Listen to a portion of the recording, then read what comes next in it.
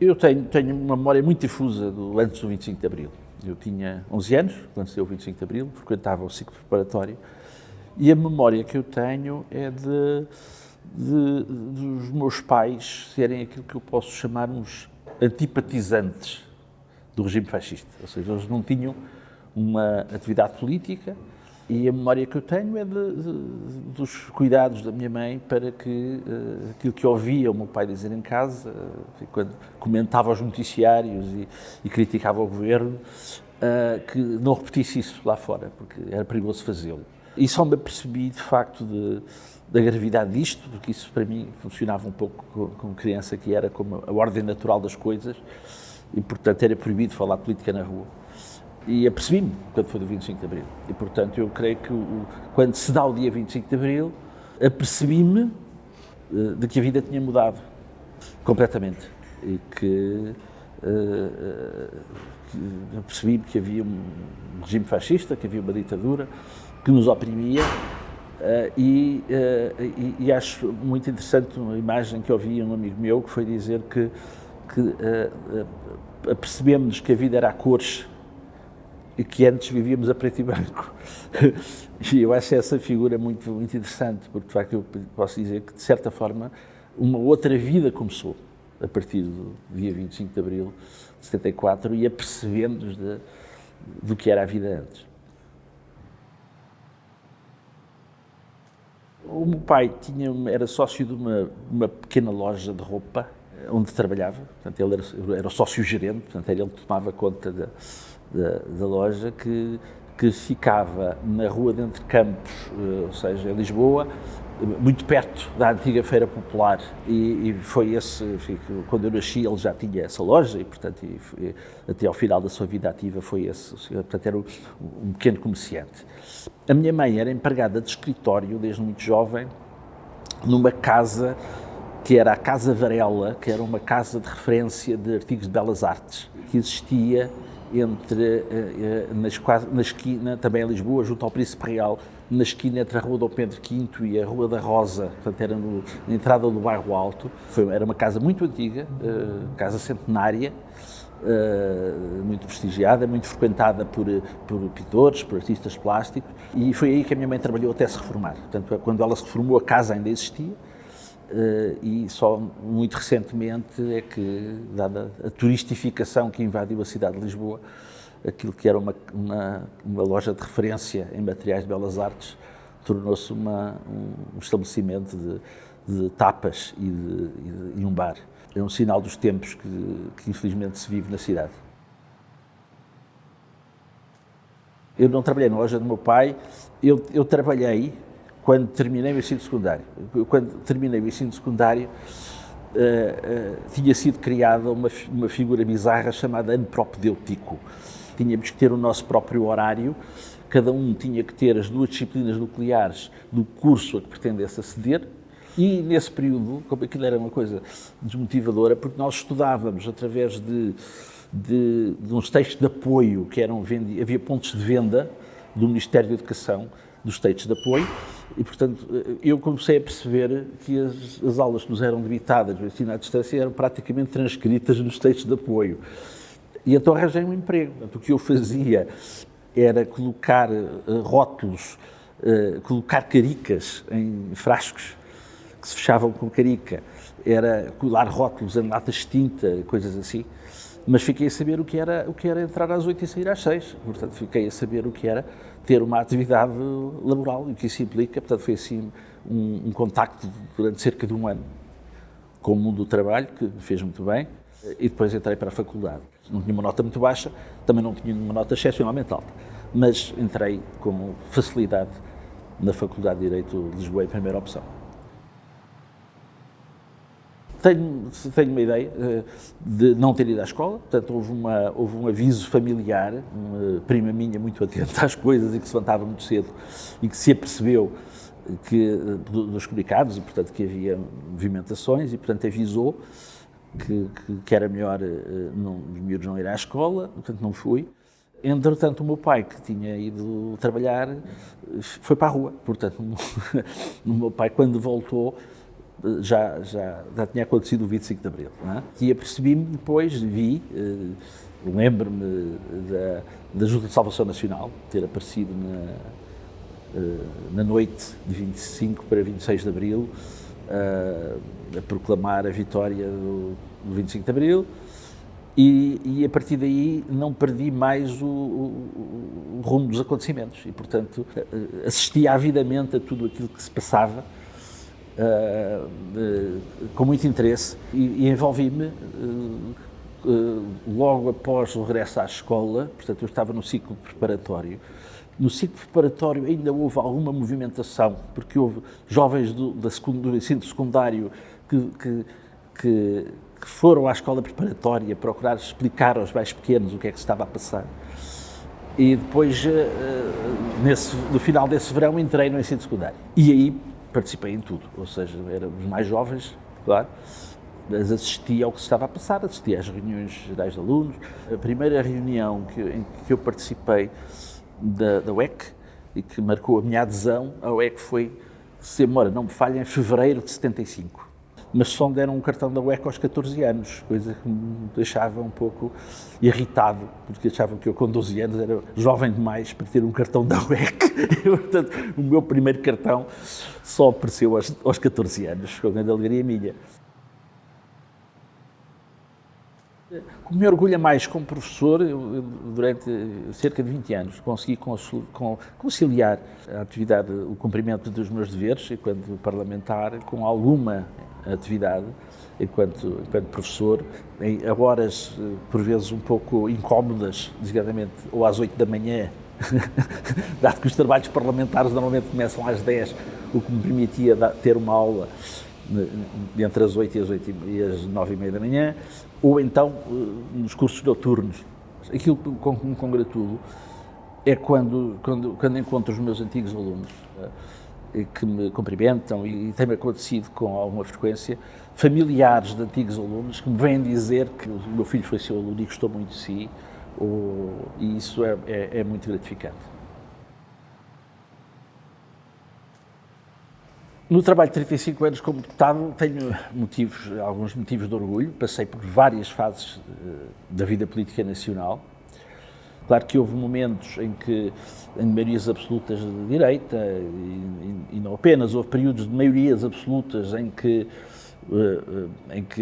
o essencial era a oposição e, portanto, sem grande expectativa de que as nossas propostas fossem aprovadas. Mas em momentos onde não houve maiorias absolutas, foi possível contribuir para designadamente, a aprovação de leis com sentido progressista. Eu creio que congratulo muito com a intervenção que consegui ter para a aprovação da lei da droga, ou seja, chamada lei da droga. Eu fui presidente de uma comissão eventual, portanto, naquela fase a Assembleia da República decidiu criar uma comissão eventual precisamente para refletir sobre a necessidade de uma nova lei da droga, e houve ali um trabalho de grande colaboração. Havia um governo minoritário, do Partido Socialista, na altura ainda presidido pelo engenheiro António Guterres, e foi possível, através também da colaboração com uma comissão que tinha sido criada, que era presidida pelo professor Alexandre Quintanilha, e foi possível ter ali um trabalho de grande colaboração, também com o diretor-geral encarregado dessa área, que era o Dr. João Golão, e, portanto, conseguiu-se aprovar uma lei que foi um caso de estudo a nível mundial.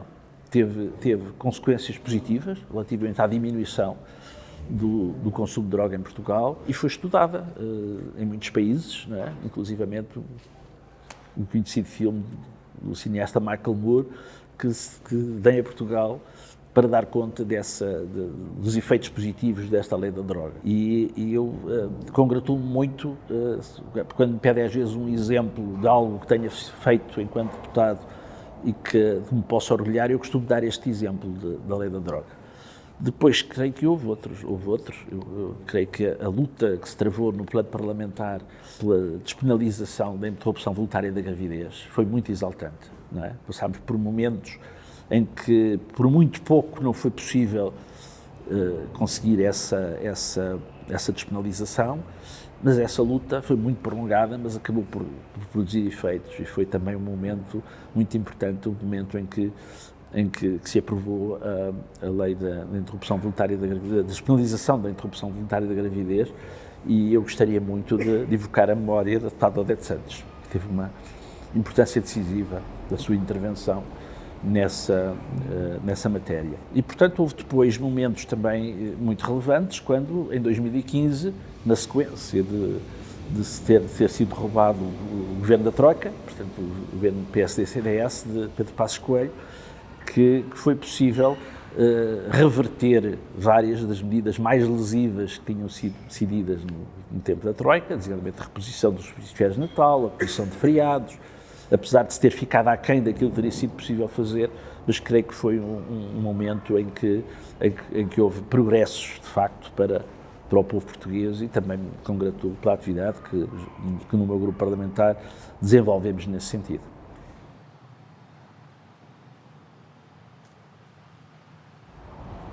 Eu acho que um pouco de tudo. Eu acho que o Presidente da República não pode deixar de ter um sentido institucional quanto baste. Eu acho que é importante ter um Presidente da República que, como eu, continue a defender uma alteração revolucionária da sociedade, no sentido em que a revolução não é sinónimo de violência, não é? Nós, em Portugal, tivemos uma revolução considerada das mais pacíficas do mundo, a Revolução dos Cravos, e que só a reação da extrema-direita produziu violência durante esse processo. Eu considero que é necessária uma transformação revolucionária da sociedade que dê aos trabalhadores o produto do seu trabalho, ou seja, que faça com que esta sociedade assente na exploração do homem pelo homem possa ser alterada no sentido do progresso da humanidade, ou seja, que os trabalhadores passem a beneficiar da riqueza que criam, e nesse sentido eu sou um presidente revolucionário. Sentido do humor, eu acho que sou uma pessoa divertida, bem-humorada, embora no exercício da atividade política a confusão entre a política e o humor seja um pouco perigosa, não é?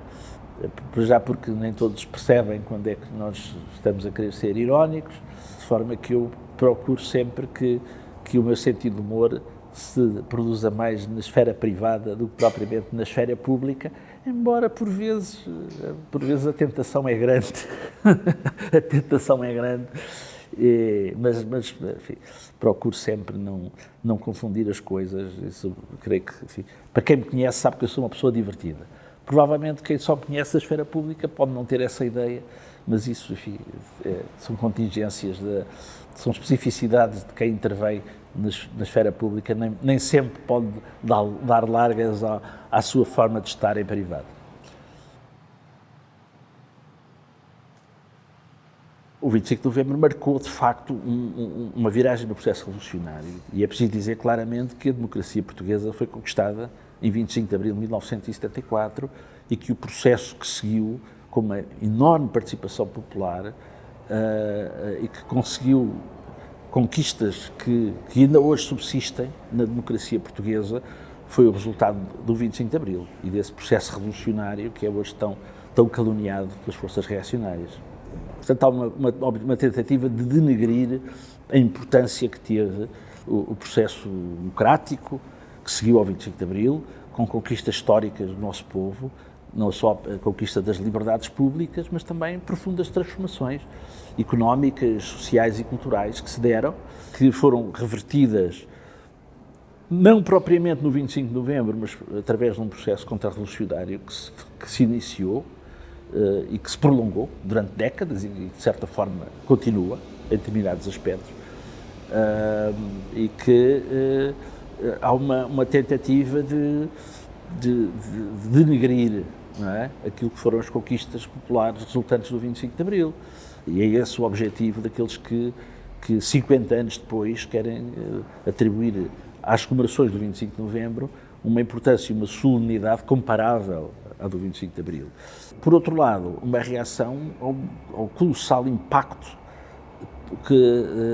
das comemorações dos 50 anos do 25 de Abril, com uma adesão popular extraordinária e com uma adesão também muito grande por parte da juventude. A manifestação popular que marcou os 50 anos do 25 de Abril, que foi, porventura, das maiores manifestações populares realizadas depois do 1º de maio de 1974, com uma enorme participação juvenil, em que a maioria dos participantes não era nascida no 25 de abril de 1974, eu creio que isso levou a que as forças reacionárias procurassem puxar pelas comemorações do 25 de novembro, atribuir-lhe uma relevância que nunca tinham atribuído no passado, mas que creio que é uma tentativa de desvalorizar o 25 de Abril, valorizando o 25 de Novembro e até falseando a realidade do próprio 25 de Novembro. Eu não subestimo a importância do golpe de 25 de Novembro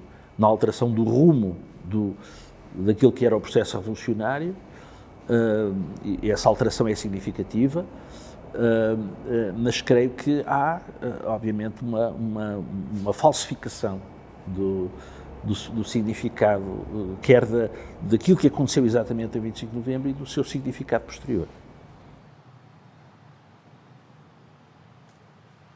Eu creio que tem havido vários fatores que têm incentivado o crescimento da extrema-direita em Portugal e noutros países. O fenómeno não é exclusivamente português. Temos vindo a assistir ao crescimento de forças de direita em vários países e creio que isso se deve muito à profunda crise que o sistema capitalista está a atravessar e particularmente que as chamadas democracias liberais têm vindo a atravessar. A crise das chamadas democracias liberais é manifesta.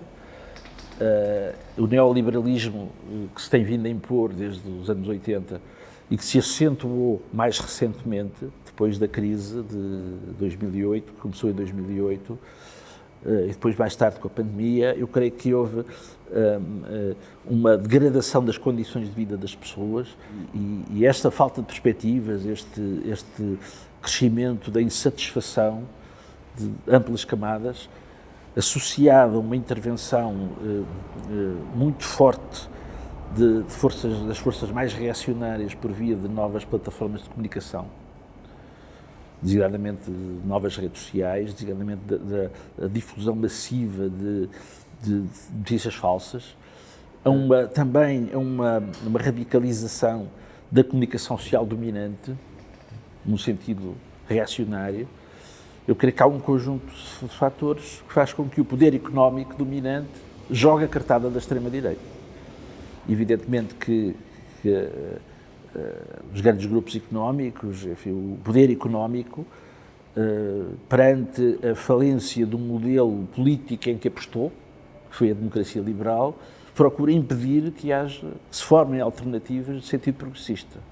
E, nesse sentido, aposta muito claramente, aposta o seu dinheiro e a sua influência, quer política, quer económica, quer mediática, no sentido de incentivar o crescimento de forças de extrema-direita, inclusive com a perspectiva de que elas substituam no exercício do poder às forças do consenso neoliberal que têm governado nos últimos anos. E estamos a assistir a isso, estamos a assistir ao que tem passado em Itália, designadamente, em outros países europeus, nos Estados Unidos, em alguns países da América Latina, onde estamos, de facto, a assistir a uma promoção enorme, a vários níveis, das forças políticas mais reacionárias e com sucesso em alguns países, embora é uma luta muito intensa que as forças progressistas têm de travar. Em alguns países têm conseguido fazê-lo com algum sucesso, mas é, de facto, uma luta muito intensa que se está a travar hoje em dia à escala global e que também, naturalmente, afeta o nosso país, onde estamos a assistir neste momento a uma forte hegemonia das forças reacionárias que dominam hoje praticamente todos os órgãos de soberania. A minha candidatura surge como uma resposta a este estado de coisas. Há uma grande insatisfação das pessoas relativamente às suas condições de vida. que tem que ver com o facto de sermos um país que continua a ter uma economia assente nos baixos salários, com 2,5 milhões de trabalhadores a ganhar menos de 1.000 euros por mês, com um salário mínimo muito baixo, em que se promete, na melhor das hipóteses, um salário mínimo para 2029 igual ao que a Espanha tem hoje, em que temos a vida dos jovens bloqueada por dificuldades de acesso à habitação, em que é praticamente impossível, com os salários que recebem, terem dinheiro para comprar uma casa. Assistimos a uma enorme precariedade laboral, horários desregulados, temos hoje menos jovens a aceder ao ensino superior e, portanto, há razões, há uma grande insatisfação nas pessoas e eu creio que tem que haver uma resposta progressista aos problemas das pessoas, tem que ser criada uma alternativa de esquerda, uma alternativa no sentido dos valores de Abril, e por isso apresentei a candidatura como uma candidatura que pretende que os valores de Abril não sejam encarados como uma memória do passado, mas como algo que está consagrado na Constituição que está em vigor e como um projeto futuro. É por este futuro, ou seja, foi para isto que se fez o 25 de Abril, não apenas para democratizar, não apenas para descolonizar, também para desenvolver. O país desenvolveu-se. É completamente falso dizer que isto está pior do que antes do 25 de Abril, ou que estes 50 anos foram qualquer coisa destrutivo. Não vivemos no terror e a miséria que se vivia antes do 25 de Abril e as crianças não vão descalças para a escola como antes do 25 de Abril, mas evoluiu-se muito. Construiu-se um Serviço Nacional de Saúde, a escola pública desenvolveu-se, mas há uma grande insatisfação, ficou muito aquém. Ou seja, quando olhamos para o que a nossa Constituição estabelece em matéria de direitos sociais, nós vemos que assistimos a um fortíssimo domínio do poder económico sobre o poder político e assistimos à falta de concretização de direitos fundamentais no domínio social e cultural. E, portanto, a minha candidatura apresentou-se como portadora dos valores do 25 de Abril consagrados da Constituição e para lutar por eles, ou seja, lutar por uma alteração na situação política nacional que encaminha as políticas públicas neste país no sentido de dar satisfação, dar concretização a esses direitos constitucionais. E é esse o sentido desta candidatura, uma candidatura que não se conforma com a situação que o país chegou e a forma como a política nacional tem sido conduzida por este rotativismo dentro do consenso neoliberal, dando resposta a uma inquietação das pessoas relativamente à ausência de uma candidatura à esquerda para Presidente da República. E esta candidatura a minha candidatura veio responder a essa inquietação e dizer às pessoas, a esquerda não está derrotada, há uma candidatura de esquerda, ela está aqui. E foi esse o sentido geral e essa a mensagem que tenho procurado passar, uma candidatura de inconformismo, uma candidatura para suscitar a convergência, uma candidatura para agregar as vontades das pessoas que não estão satisfeitas com o que se está a passar e que acham que é preciso que haja uma resposta pela positiva através de uma candidatura para disputar o resultado das eleições e para combater esta hegemonia da direita que temos vindo a assistir nos últimos anos. Eu creio que a Constituição que temos não é irrelevante, não é apenas um programa político. Uma Constituição é a lei fundamental, não é? A nossa Constituição tem 50 anos, vai fazer 50 anos em 2026, porque foi aí que se deu a revolução. E, apesar da Constituição ter já tido 7 revisões. Mas o facto da Constituição ter 50 anos não a torna um objeto do passado, porque temos países que têm Constituições mais antigas. Não é? Os Estados Unidos continuam a reger-se por uma Constituição que é anterior ao século XIX. E, portanto, os 50 anos não impressionam. A Constituição foi feita na altura em que se deu a Revolução. Resulta das primeiras eleições livres da nossa história, resulta de uma Assembleia Constituinte onde votaram 92% dos cidadãos eleitores, foi aprovada por uma maioria qualificadíssima e foi revista 7 vezes, mas há aspectos que a direita sempre quis rever e nunca conseguiu, designadamente na área do domínio social, nos direitos dos trabalhadores, direito à saúde, à educação, à segurança social, por aí fora.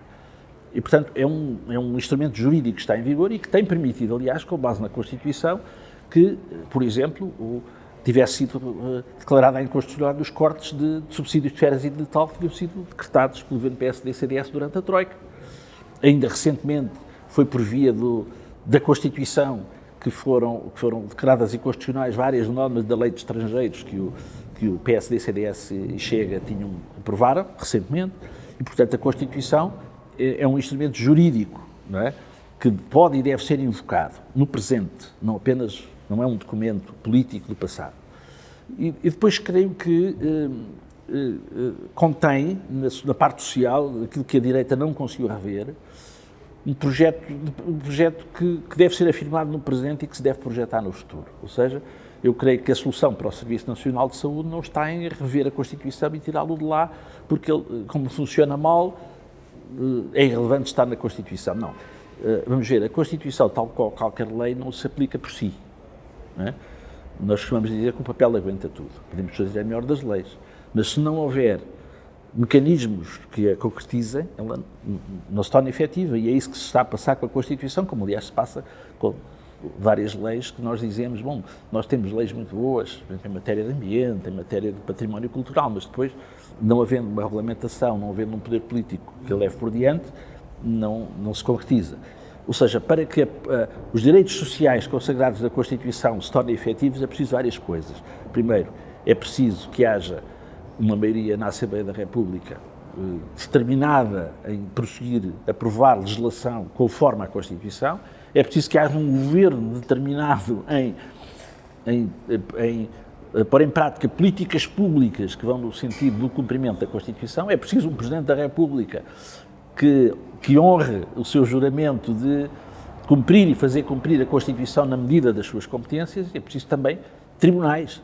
Os tribunais também têm uma importância muito grande relativamente ao cumprimento da Constituição, todos eles, mas fundamentalmente o Tribunal Constitucional foi criado precisamente para aplicar a justiça em matéria constitucional.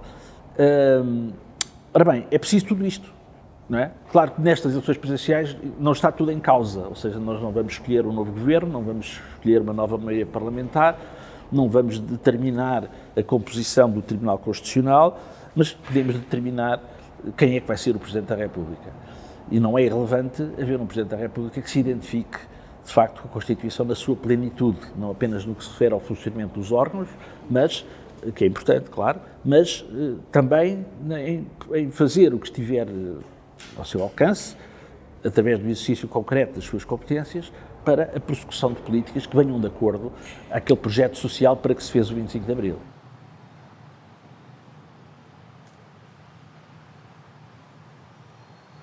Eu acho que para que o país avance no sentido progressista não é indiferente quem é Presidente da República.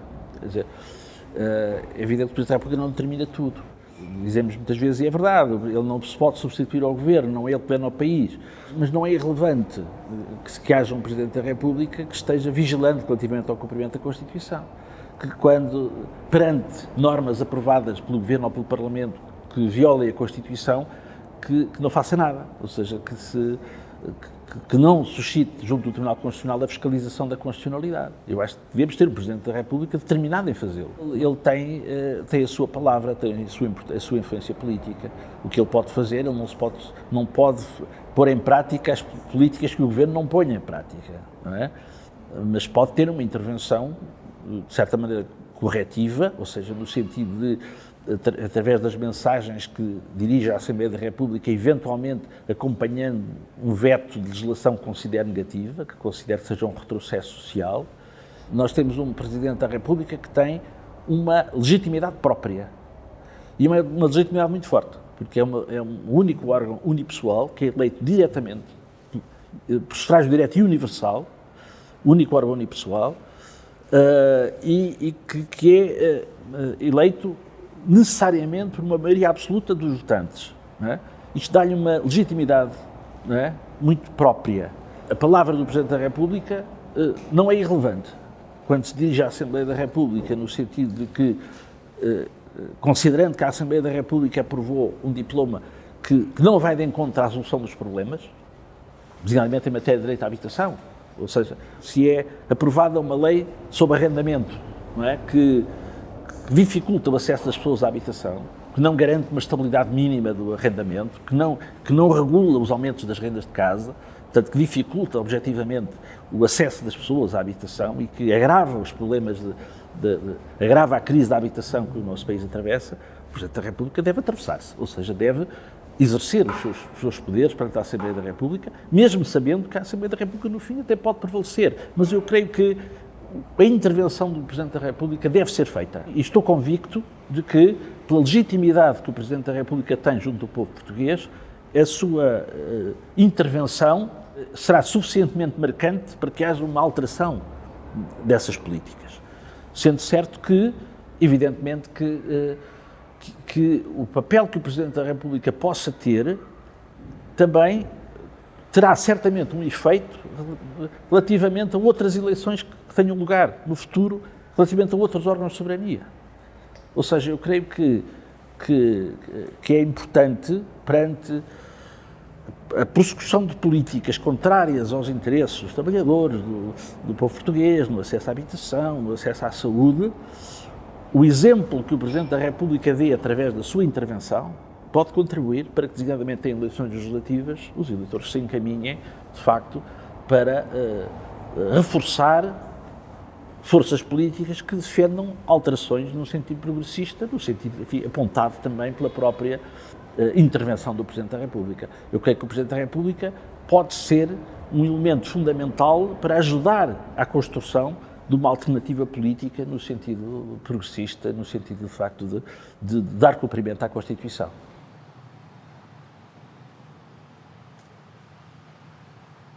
Eu tenho dito que eu não serei neutro entre os interesses das associações empresariais e os interesses dos trabalhadores, eu não serei neutro. A riqueza material é criada pelos trabalhadores, são os trabalhadores que a criam e temos em Portugal um desequilíbrio tremendo entre os salários que são pagos e os lucros que são distribuídos. Neste ano nós temos 2,5 milhões de trabalhadores que ganham menos de 1.000 euros, temos um salário mínimo de 870 euros brutos e está previsto que os 16 maiores empresas do PSI 20 distribuam em 2026 3,2 mil milhões de euros de dividendos. Isto não é aceitável a título nenhum. E, portanto, isto é profundamente desequilibrado. E reflete um enorme domínio do poder económico sobre o poder político. E, portanto, eu creio que se impõe que haja decididamente um aumento geral dos salários, que é possível obter naquilo que diz respeito ao Estado, que diz respeito às carreiras da administração pública, para a valorização das carreiras da administração pública, no que se refere ao setor privado, pela dignificação da contratação coletiva, que é o contrário do que tem acontecido. E, portanto, eu creio que tem que se dignificar a contratação coletiva e repor um princípio basilar do direito do trabalho, que é o princípio do tratamento mais favorável ao trabalhador, o que significa que a legislação laboral pode ser ultrapassada num sentido mais favorável aos trabalhadores, ou seja, que por via da contratação coletiva os trabalhadores podem obter direitos mais favoráveis, realmente remunerações mais favoráveis do que a legislação prevê, sempre no sentido favorável, não no sentido desfavorável. Ora bem, o Código de Trabalho de 2003, a partir de 2003, alterou este princípio e, portanto, passou a permitir que, por via de contratação coletiva, possam ser acordados normas menos favoráveis aos trabalhadores do que a legislação prevê, não é? E, portanto, a legislação deixa de ser um patamar mínimo, não é? E eu creio que esse princípio também mais favorável devia ser reposto. Ou seja, a legislação é um patamar mínimo, pode ser alterado pela positiva, não pela negativa. Porque isso é necessário para conseguir a elevação dos salários, para que à mesa de negociações seja possível obter ganhos salariais para os trabalhadores. Perante este Código de Trabalho, que fragiliza ainda mais alterações ao Código de Trabalho, que fragiliza ainda mais a posição dos trabalhadores, no sentido de, quer da liberalização dos despedimentos, fazendo com que, mesmo que o Tribunal considere ilegalidade do despedimento, o trabalhador não tenha direito à reintegração, em que passa a ser possível ao patronato impor bancos de horas individuais, o trabalhador pode levar o trabalhador a ter que trabalhar 50 horas semanais. Imagine-se o que isto significa para uma mãe trabalhadora, de desequilíbrio, de dificuldade em conciliar a vida pessoal com a vida familiar. Quando se prevê limitações drásticas ao exercício da atividade sindical nas empresas, ou transformar, em caso de greve, os serviços mínimos em serviços máximos. E, portanto, estamos perante questões muito graves e de uma profunda fragilização da situação dos trabalhadores, como Presidente da República, entendo que, enquanto candidato, me devo pronunciar muito claramente sobre o que penso sobre isto. Acho que é importante que os candidatos digam o que vêm e o que defendem, não devem ficar em cima do muro. Nós sabemos que há candidatos que estão claramente do lado das associações empresariais. Temos candidatos que, porventura, ficarão em cima do muro a ver para onde é que as coisas caem, e eu acho que o meu posicionamento deve ser claramente ao lado dos trabalhadores. Enquanto Presidente da República, eu creio que o Presidente da República deve verificar a eventual violação da Constituição por parte de normas que sejam aprovadas, porque a Constituição continua a ter um capítulo sobre direitos dos trabalhadores que salvaguarda direitos fundamentais, e suscitar ao Tribunal Constitucional a fiscalização da constitucionalidade das normas que violem a Constituição. Para além disso, e independentemente daquele que seja o procedimento do Tribunal Constitucional, deve transmitir à Assembleia da República a sua opinião, exercendo o direito de veto, a partir do princípio que serão aprovadas normas lesivas dos direitos dos trabalhadores. Eu quero crer que será possível à luta dos trabalhadores derrotar este pacote laboral antes da sua aprovação. Portanto, eu espero que ele não chegue à Presidência da República para promulgação, mas se fosse confrontado enquanto Presidente da República com um pacote laboral, com a configuração que consta da proposta do Governo, exerceria o meu direito de veto político, apelando à Assembleia da República para que repensasse as normas mais gravosas da legislação aprovada, sendo certo que a Assembleia da República, através de uma maioria absoluta, poderia prevalecer, mas não deixaria de levar até ao limite as competências presidenciais, no sentido de procurar impedir um enorme retrocesso civilizacional, que seria a aprovação de normas como as que estão propostas pelo Governo. É verdade que, historicamente, a extrema-direita falou sempre da corrupção, não é? Aliás, há uma atuarda que circula, que é 50 anos de corrupção, associando a democracia à corrupção, quando o regime fascista era a corrupção institucionalizada, não é? E fugindo também daqueles que tanto falam da corrupção, aquilo que são as causas fundamentais da corrupção. Olhemos para o processo das privatizações. Vemos as consequências, não é? Desigualmente no sistema financeiro. O que se passou com o caso do BES, com o caso do BPN, com o caso do Banif. Vemos a privatização da Aeroportos, a sua entrega à ANSSI, num autêntico assalto aos aeroportos nacionais. Vemos o caso das privatizações da TAP, uma das quais agora está sob a alçada da Justiça, a privatização de 2015, em que a TAP foi comprada com o dinheiro da própria TAP. E, portanto, nós vemos que a causa fundamental da corrupção é precisamente o domínio do poder económico sobre o poder político, a captura do poder político pelo poder económico, as decisões políticas que são tomadas para favorecer diretamente os interesses do poder económico. E essa é a grande causa da corrupção, é que os que passam a vida a falar da corrupção em abstrato para aí não querem olhar. E, aliás, sucessivas propostas de realização de inquéritos parlamentares, realmente sobre a Aeroportos, sobre a privatização dos aeroportos nacionais, foi completamente rejeitada, não é? Por aqueles que dizem grandes arautos do combate à corrupção. E, portanto, eu creio que o combate à corrupção deve fazer-se precisamente para prevenir situações como essas. Olha-se muito para obrigações declarativas, apresenta-se às vezes até a regulamentação do lobbying como se fosse uma medida de combate à corrupção, quando é precisamente o contrário, é uma espécie de legalização do tráfico de influências. Faz-se um grande discurso gongórico de combate à corrupção, mas, por um lado, recusa-se a adoção de medidas que, essas sim, teriam um impacto significativo em matéria de combate à corrupção. Mas, ainda assim, é preciso dizer que houve progressos legislativos em Portugal em matéria de combate à corrupção. E a prova disso é que nós temos um antigo Primeiro-Ministro sob a alçada da Justiça, antigos membros do Governo a cumprir penas de prisão. Os processos têm sido demasiado arrastados no tempo, também tendo em conta as possibilidades que os poderosos têm de entravar o funcionamento da Justiça, e, portanto, valia a pena repensar alguns pontos da legislação no sentido de impedir essas manobras dilatórias, mas não podemos dizer que existe uma total impunidade da corrupção em Portugal, porque isso não é rigoroso.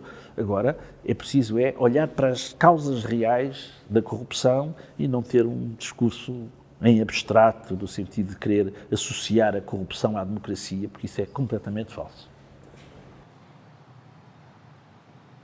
Eu creio que há questões sobre a imigração que devem ser ditas claramente. Primeiro, que a imigração é um fenómeno social inevitável e necessário para a economia portuguesa. Nós não podemos imaginemos o que seria o funcionamento da nossa economia, da nossa sociedade, se os imigrantes agora por magia desaparecessem. Claro que isso conduziria ao colapso de vários setores de atividade.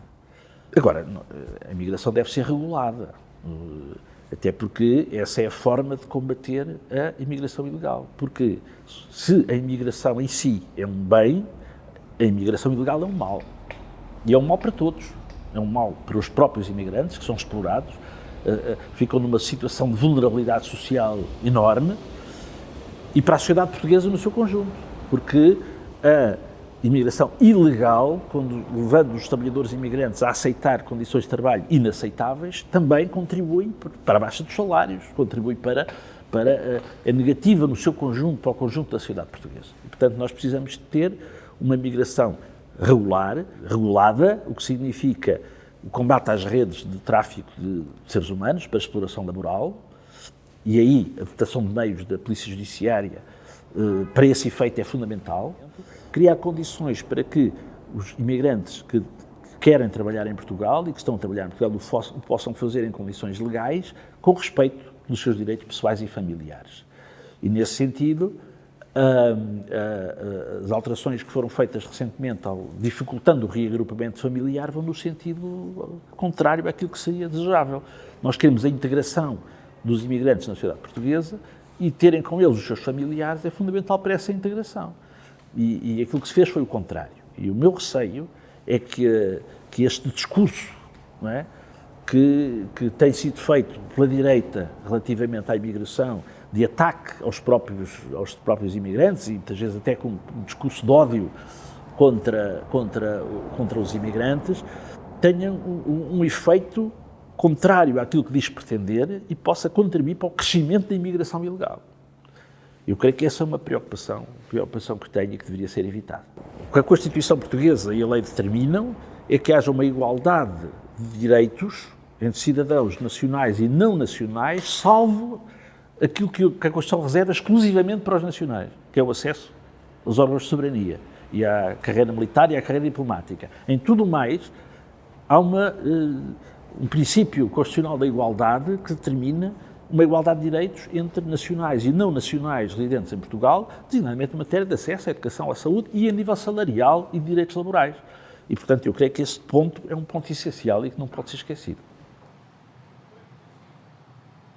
Eu disse desde o início que a minha candidatura foi apresentada, apresentei-me como candidato, não me identificando com nenhum dos candidatos que estavam apresentados à altura e que correspondem àquilo que eu tenho chamado o consenso neoliberal, ou seja, comprometidos com as políticas que nas últimas décadas têm conduzido a política nacional e que são, obviamente, responsáveis pela situação de insatisfação em que muitos portugueses, que porventura a maioria dos portugueses vive. Não me identificava com nenhum dos outros e que entendia que esta candidatura era para levar até ao fim e era insubstituível, ou seja, não consideraria que a minha candidatura fosse substituível por outra candidatura que se pudesse prefigurar. Poderia surgir um candidato que miraculosamente conseguisse congregar todas as forças democráticas. Bom, nós não podemos intervir politicamente na base de miragens, na base de algo que não existe. E esta candidatura passou a existir. Apresentei-me como candidato capaz de congregar as vontades, uma candidatura agregadora dos valores de Abril, daqueles que querem que a Constituição seja efetivamente cumprida. E, portanto, foi com esse propósito que apresentei a minha candidatura e que tenho vindo a intervir e a ter um conjunto muito alargado de contactos com o país, recebendo muitos apoios de pessoas de várias áreas políticas, e aliás sempre disse que esta é uma candidatura que, sem que eu rejeite a minha formação política, o facto de ser comunista, mas que me dirige a todos os cidadãos, a todos os democratas que de facto não estão satisfeitos com os rumos da política nacional e querem ver na Presidência da República alguém determinado em cumprir e fazer cumprir a Constituição. E foi com esse propósito que me apresentei. Já me perguntaram se eu não queria, se eu não apelava, ou se teria apelado, ou se não apelava ao apoio de outros partidos. Bom, naturalmente que fui apoiado desde a primeira hora pelo PCP, como é evidente, recebi já o apoio formal do Partido Ecologista dos Verdes, mas nunca me dirigi a nenhum partido, não é, pedindo que me apoiasse.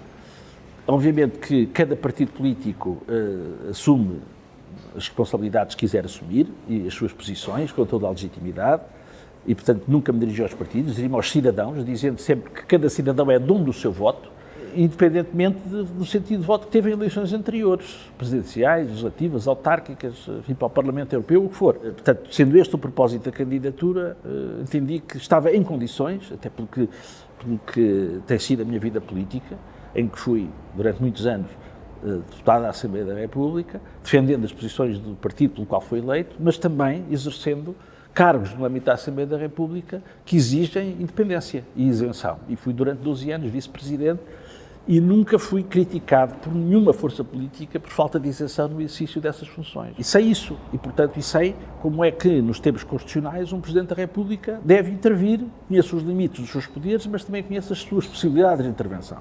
E portanto tenho a convicção de poder reunir no apoio à minha candidatura, e creio que isso de certa forma se está a verificar, através dos apoios que tenho vindo a receber, desde a apresentação da candidatura até agora. E, portanto, o meu apelo é aos cidadãos, enfim, não é nenhum partido em particular, e não questiono a legitimidade de qualquer cidadão se candidatar a Presidente da República.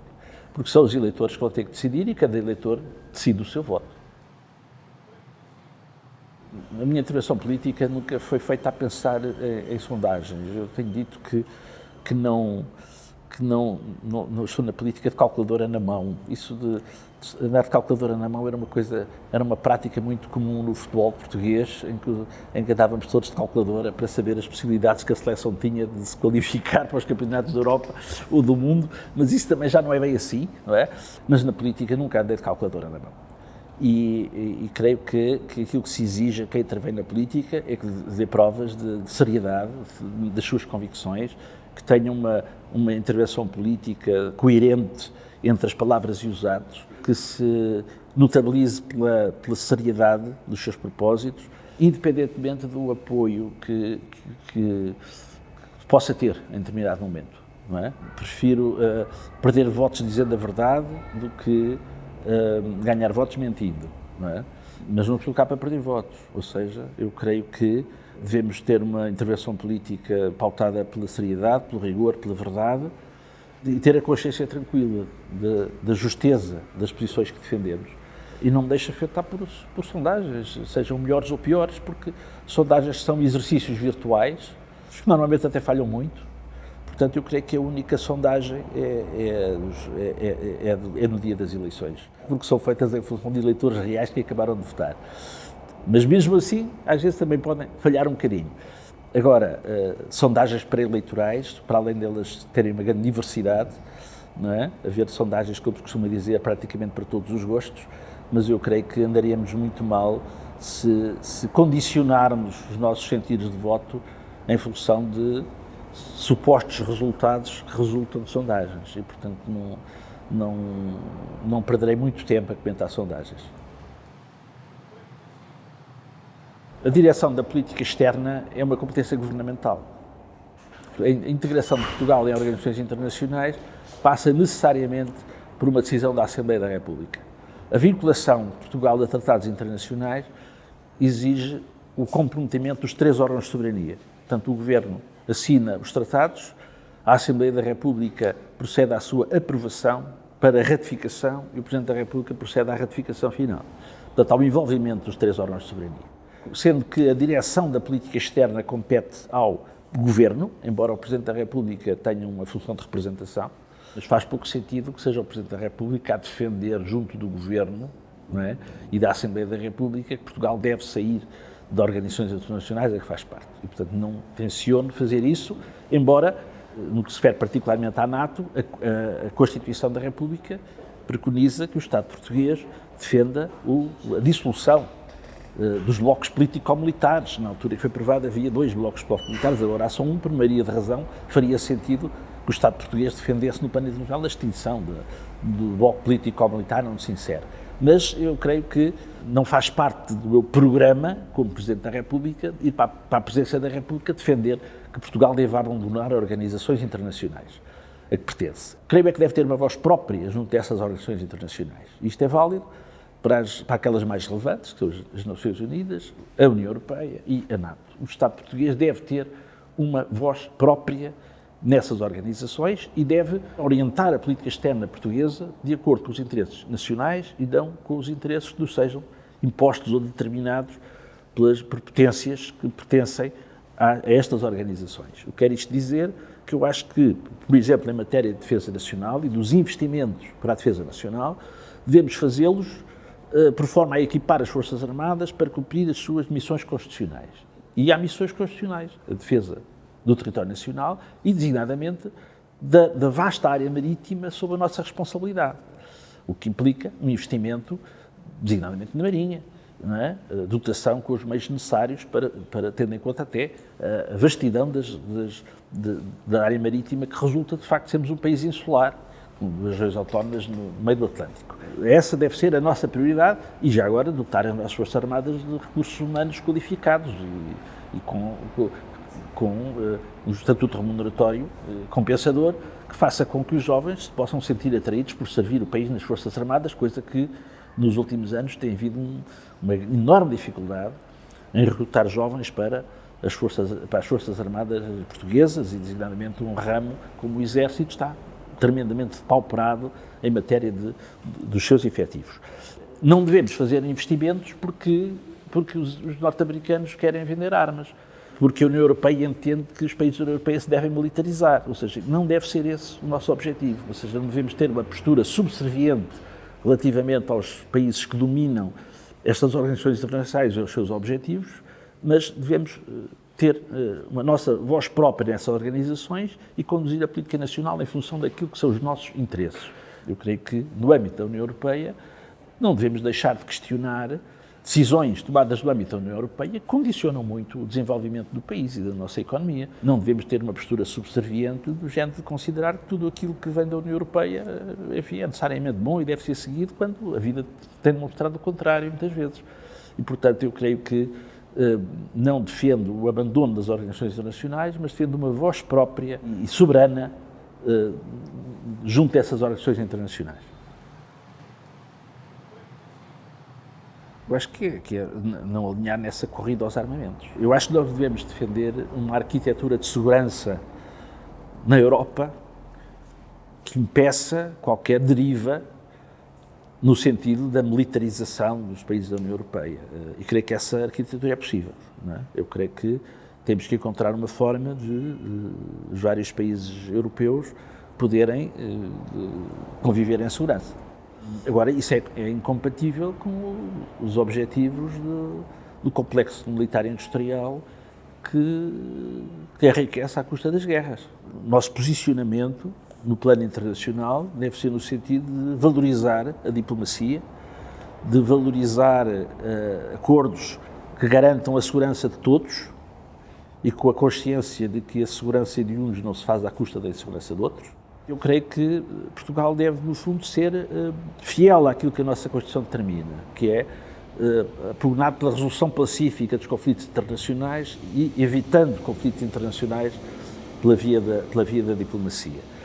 E, portanto, isso é incompatível com uma deriva no sentido dos armamentos, no sentido de prejudicar investimentos públicos que são necessários e que temos que fazer, com a superação de carências que temos em matéria de infraestruturas, seja na área da saúde, na área da educação, na área das infraestruturas básicas, e não prejudicar esses investimentos para comprar armas em nome de supostas ameaças, e que são muitas vezes forjadas para alimentar o complexo militar industrial e aqueles que querem obrigar os Estados a fazer investimentos militares e convencer a opinião pública da necessidade desses investimentos. E, portanto, eu creio que devemos ter aí uma postura de pugnar por uma arquitetura de segurança a nível europeu que contrarie essa tendência para a militarização e para uma deriva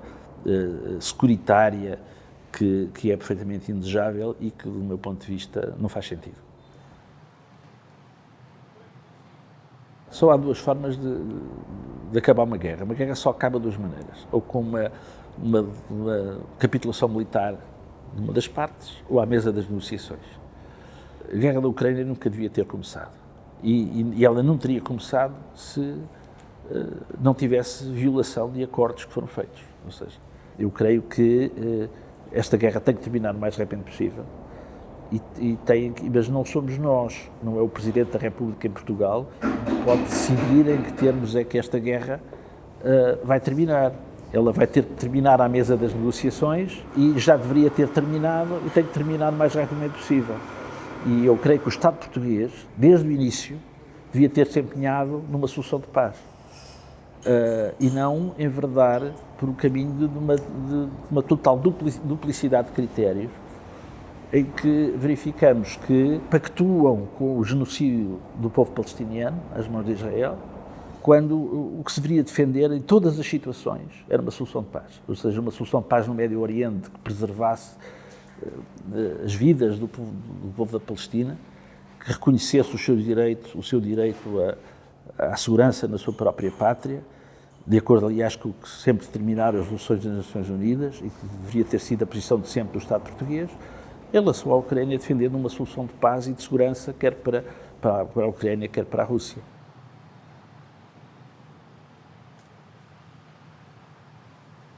Seria ser eleito Presidente da República. Isso seria claramente a vitória. É esse o propósito com que me apresento a estas eleições, com a convicção de que considerar que a esquerda está derrotada é demasiado precipitado, como na história da morte de Mark Twain, que afinal ainda era vivo.